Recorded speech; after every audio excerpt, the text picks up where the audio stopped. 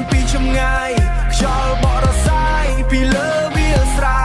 ខ្ញុំឈរនៅកណ្ដាលទឹកដីដែលបានបង្កើតរូបខ្ញុំហើយបានចាប់ផ្ដើមច្រៀងរ៉ា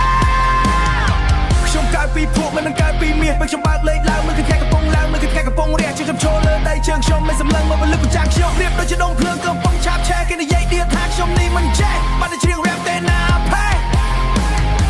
ពួកគេគឺដៀជាសម្រាប់យ៉ាងនេះខ្ញុំសម្រាប់ទៅវិញណាខ្ញុំគ្មានដំគីហេតុអ្វីពួកឯងថាខ្ញុំគ្មានដំរ៉េះខ្ញុំមានចំណេះដឹងតែខ្ញុំធ្វើមិនចេះព្រោះខ្ញុំស្ដាប់តែបេះដូងខ្លួនឯង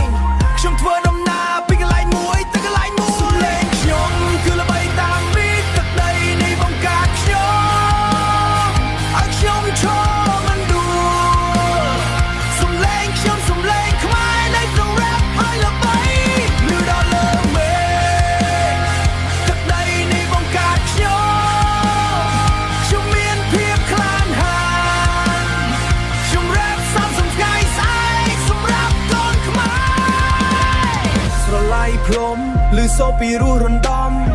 រនៀតលោតដូចចង្វាក់បេះដូងរួមខ្ញុំ beat hip hop បករង្គឺឲ្យខ្ញុំ rap ដោយមិនឈុំខ្ញុំមិនចង់ខ្លាយជាអ្នកចម្លងបទពីគេ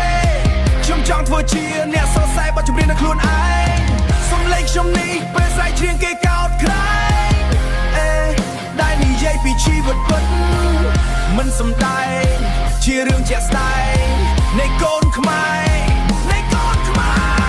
បើថ្ងៃណាមួយខ្ញុំបានឡើងលើឆាកធំខ្ញុំនឹងមិនភ្លេចអ្នកមានគុណរបស់ខ្ញុំព្រោះក្តីសុបិន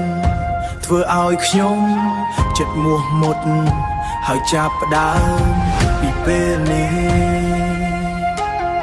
ទឹកដីនេះបានបង្កើតខ្ញុំហើយខ្ញុំបានច្រៀងចម្រៀងរ៉ាប់បន្ថែមមកកតបុរាណរៀបរាប់មិនស្ងៀមនិយាយចំពីនឹងលឺទាំងពិភព